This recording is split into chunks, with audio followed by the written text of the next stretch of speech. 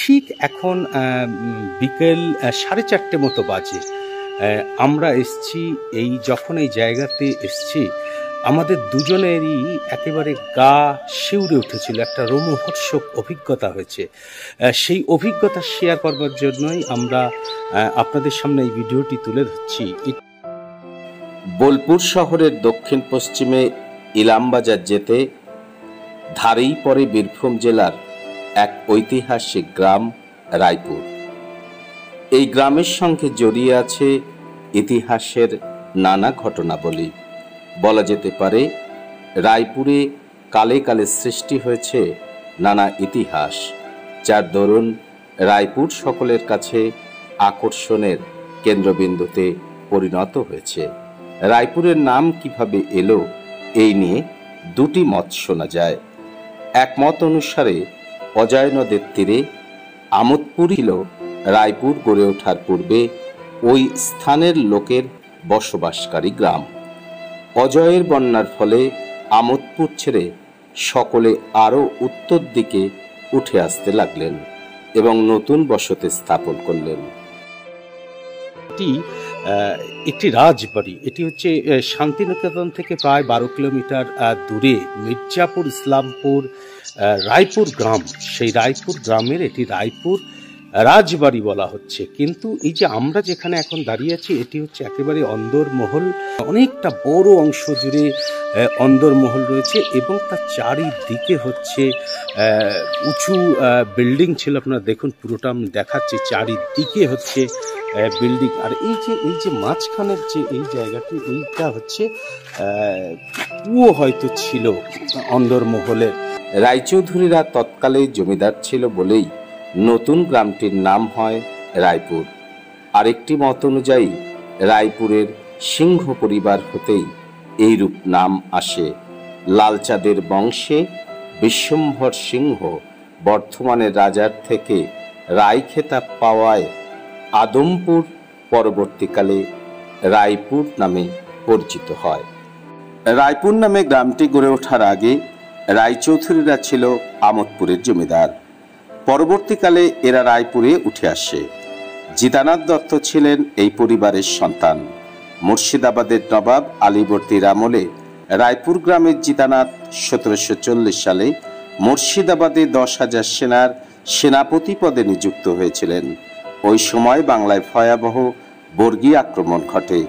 জিতানাথ অজয় নদের তীরে কাটোয়া থেকে জয়দ্বীপ পর্যন্ত তার 10,000 সেনা সমাবেশ করেন। পাশের গ্রামের সুপুরের আনন্দচাঁদের সঙ্গে জোটবদ্ধ হয়ে এই বর্গী আক্রমণকে প্রতিহত করতে সমর্থ হয়। এই খবর শোনার পর আলীবর্দী জিতানাথ দত্ত চৌধুরীকে রায়চৌধুরী উপাধি দেন এবং পুরস্কার বাবদ 1000 টাকা ও তার বাড়ির গোপীনাথ ঠাকুরের জন্য 1000 বিঘা জমি দান করেন। জায়গাটিতে আমরা যখন প্রবেশ করলাম, যেটা বলতে যাচ্ছিলাম, একটা শিউরে উঠল। এখানে খালি ওই পায়রার ডাক ছাড়া আর কোনো শব্দ নেই, নির্দিষ্ট কোনো প্রবেশ পথ নেই। আমরা একটা ছোট্ট একটা খুপড়ির ছোট্ট একটা জায়গা, সেখান দিয়ে প্রবেশ করেছি। পুরোটাই ভাঙা, একদম ইটের খাজে খাজে গাছ রয়েছে, ইটের খাজে খাজে আগাছাতে পরিপূর্ণ হয়েছে। তাদের যে একটা রাজবাড়ি, জমিদার বাড়ির যে একটা ছাপ, সেটা কিন্তু রয়েছে। গা ছমছম, দিনের বেলাতেই গা ছমছম করে উঠবে, একটা ভৌতিক একটা অনুভূতি এর মধ্যে প্রবেশ করার সঙ্গে সঙ্গেই এসছে। সেই 300 বছরের ইতিহাস, সেই 300 বছরের ইতিহাস এই রাজবাড়িকে নিয়ে দুটি মত আছে। সেই মত আপনাদের সামনে আমরা তুলে ধরবো, সেই ইতিহাসটাও তুলে ধরবো। অন্য একটি মতে ব্রিটিশ শাসিত বাংলায় যতগুলি পরিবার খ্যাতি অর্জন করেছিল তার মধ্যে অন্যতম ছিল সিংহ পরিবার। 1764 সালে মেদিনীপুরের চন্দ্রকোনা হতে সিংহ পরিবারের আদি পুরুষ লালচাঁদ দে অজয় নদের তীরে রায়পুর গ্রামে আসেন এবং অধুনা মা মঙ্গলচণ্ডী বাড়ির নিকট বসতি স্থাপন করেন। উনি 1 সহস্র তন্তুবায় পরিবারকে সঙ্গে নিয়ে বীরভূম এসেছিলেন। এই তন্তু পরিবারগুলি বীরভূমের মির্জাপুর, চন্দনপুর, রায়পুর, শুকবাজার, সুরুল, শিয়ান প্রভৃতি স্থানে বসবাস করতেন। এই সময় চৌধুরীদের অবস্থার অবনতি হয়। 1770 সালে রায়পুর চৌধুরীদের নিকট হতে জমিদারি ক্রয় করে লালচাঁদ স্থানীয় জমিদারে পরিগণিত হয়। লালচাঁদের 3 পুত্র ছিল, পঞ্চানন, রামকিশোর ও শ্যামকিশোর। 1773 সালে লালচাঁদ 60 বিঘা জমির উপর 3 ছেলের জন্য 3টি মহল্লা বাড়ি তৈরি করেন। এগুলিতে মোট 120টি ঘর ছিল। লালচাঁদের কনিষ্ঠ পুত্র শ্যামকিশোর 1800 সালে জন চিপের অধীনে মাসিক 20 টাকা বেতনে দেওয়ান পদে নিযুক্ত হন। চিপ কুঠিতে গড়ার মোটা ধানের ব্যবসা ছিল। তখনকার দিনে এই কাপড় জাহাজ এবং নৌকাতে ব্যবহার হতো, ফলে ইউরোপের বাজারে এর চাহিদা ছিল প্রবল। শ্যামকিশোর ওই হাজার তন্তুবাই পরিবার দ্বারা উৎপাদিত কাপড় চিপ সাহেবের কাছে যোগান দিতেন। পরিবর্তে প্রত্যেক হাজার পরিবার পিছু 1 টাকা করে দৈনিক 1000 টাকা নজরানা পেতেন। এই ব্যবসার মধ্য দিয়ে রায়পুরের জমিদার পরিবার প্রচুর অর্থ উপার্জন করতে থাকে। উনি পরবর্তীকালে রাজনগরের রাজার নিকট হতে সমস্ত সম্পত্তি, এমনকি শ্যামবাটি, ভুবনডাকা মৌজা কিনে নেন। এখানে বলে রাখা ভালো যে বর্তমান শ্যামবাটি যে জায়গাটি, তার নাম অনুসারেই নামকরণ করা হয়েছে। শ্যামকিশোরের 4 পুত্র ছিলেন জগমোহন, ব্রজমোহন, ভুবনমোহন ও মনমোহন। প্রাণী এর মধ্যে আমরা পেয়েছি, সেটি হচ্ছে একটা কুকুর, কিন্তু আমাদের কাছে খাবার নেই, দিতে পারছি না।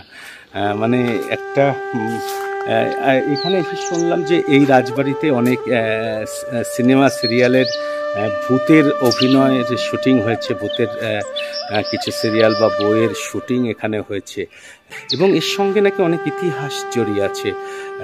মহর্ষি দেবেন্দ্রনাথ ঠাকুরের এইবার রাজবাড়িতে আসতেন, তার সঙ্গে একটা সম্পর্ক রয়েছে এই রাজবাড়ির, তারও ইতিহাস। তারা একটা ওই ঘেটে যে ঢোকার যে কুঠুরি, তার সামনে একটা পোস্টার আকারে ওরা করে রেখেছে, স্থানীয় বাসিন্দারা আর কি। কালের নিয়মে এই রাজবাড়ি আজও ইতিহাসের পাতায় রয়ে গেছে। এর জীর্ণতা তাই একে গ্রাস করে চলেছে ক্রমশ। প্রাসাদের একেবারে উপরে উঠে রায়পুর ও অজয় নদের সংলগ্ন স্থানের দিকে তাকালে মনে হয় আজও যেন এই বাড়ির ইতিহাস গায়ে শিহরিত হয়ে মুখ পানে চেয়ে থাকে। যে জমিদার বাড়ি একসময় মানুষের ভিড়ে সমাগম করত, আজ সকলের চক্ষুর আড়ালে কেবল ধ্বংস হবার প্রহরী গুনে চলেছে।